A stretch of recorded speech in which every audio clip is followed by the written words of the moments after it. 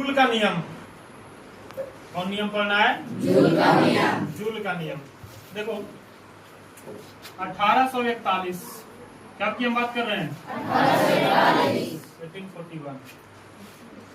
एगो ब्रिटिश वैज्ञानिक थे। ब्रिटिश वैज्ञानिक मतलब कहाँ के वैज्ञानिक? मतलब अंग्रेज वैज्ञानिक। इन्होंने हमें लूटा।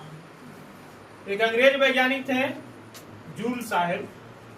उन्होंने 1841 में एक प्रयोग किया और अपने प्रयोग के अध्ययन पर चालक तार में उत्पन्न ऊष्मा, या हम बोल सकते हैं कि चालक तार के ऊष्मीय प्रभाव, विद्युत धारा के ऊष्मीय प्रभाव से संबंधित 3 नियम दिए। कितने नियम दिए? 3 नियम दिए। इन्हीं 3 नियमों को बोला जाता है जूल का ऊष्मीय नियम, या फिर बोला जाता है जूल के नियम। देखो कौन कौन नियम दिए जूल साहब। सबसे पहले वो क्या बोले, जब उन्होंने प्रयोग किया 1841 में, तो उन्होंने क्या क्या पाया। पहला में क्या बोले? पहले का नियम में, पहला नियम में बोले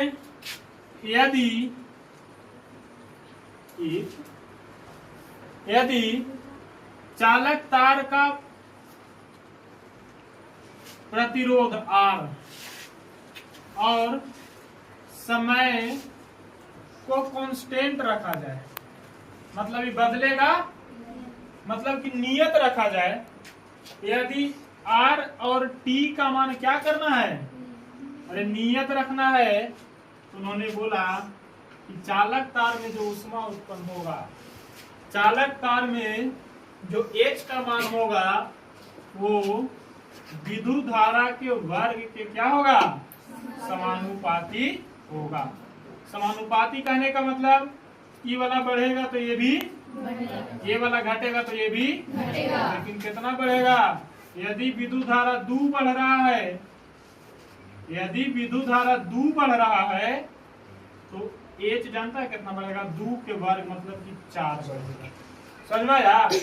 यदि विद्युत धारा 2 बढ़ रहा है तो H कितना बढ़ेगा? 4। यदि विद्युत धारा 3 बढ़ रहा है तो H कितना बढ़ेगा? 3 के स्क्वायर 9। यदि विद्युत धारा 4 बढ़ रहा है तो H कितना बढ़ेगा? 4 के स्क्वायर। समझ में आया? कहने का मतलब है कि यदि चालक का प्रतिरोध और समय कांस्टेंट रखा जाए, नियत रखा जाए, तो चालक तार में जो प्रवाहित विद्युत धारा का, जो चालक तार में जो ऊष्मा उत्पन्न होगा वो विद्युत धारा के वर्ग के समानुपाती होगा। ये तो पहला नियम हो गया। दूसरा नियम क्या बोले से देखो। दूसरा नियम बोले कि यदि, देखो अभी R और T नियत था, अब की हमको I नियत रखेंगे। बोले कि यदि I और T इज कांस्टेंट, क्या करना है? इसको नियत रखना है। यदि I और T नियत रहेगा, विद्युत धारा और समय नियत रहेगा, तो उस चालक तार में जो ऊष्मा उत्पन्न होगा, उस चालक तार में जो ऊष्मा उत्पन्न होगा वो किसके समानुपाती होगा? उसके प्रतिरोध के समानुपाती। मतलब जितना प्रतिरोध बढ़ेगा बाबू, उतना उस चालक तार की ऊष्मा का मान भी, यदि प्रतिरोध घटाएंगे तो ऊष्मा का मान भी। देखना में वर्ग वाला समस्या। ये दूसरा का हो गया। तीसरा का नियम अब की हम रखेंगे। उन्होंने बोला यदि I और R को कांस्टेंट रखना है, क्या रखना है?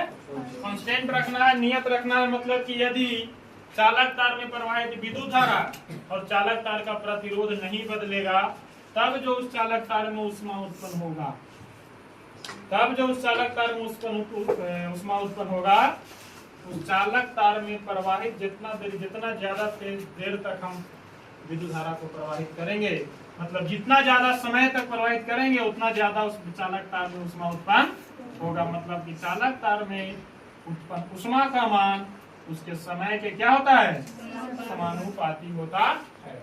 अब देखो हीटर देखा है? हीटर, अरे जिस पे खाना बनता है, हीटर देखा होगा। तो उसका जो तार होता है, हीटर का तार देखना एकदम मोड़ मोड़ के एकदम, मतलब छोटा किया जाता है, लेकिन बहुत लंबा तार होता है। अरे लंबा होता है, और उसको कुंडलीकार कर दिया जाता है। आपको स्प्रिंग टाइप के काहे किया जाता है, देखो क्यों किया जाता है। जैसे मान लो कि हीटर के तार को देखना ऐसे रहेगा, ऐसे रहेगा, अब खांचा टाइप के बनावल रहता है, अब ऐसे ऐसे जोड़ल रहता है नीचे निकाल के, ऐसे रहता है, अब ऐसे गोल में रहेगा, ऐसे खाना बनाओगे। अब देखो ऐसे काहे किया जाता है, सीधे काहे नहीं ऐसे जोड़ दिया जाता है सर।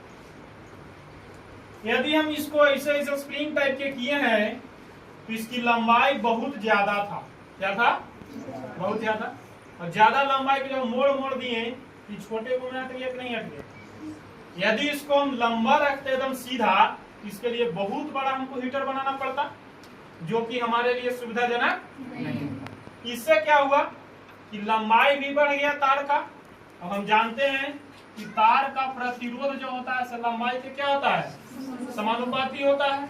जब लंबाई बढ़ेगा तो प्रतिरोध, जब लंबाई घटेगा तो प्रतिरोध, और जब लंबाई बढ़ेगा तो प्रतिरोध।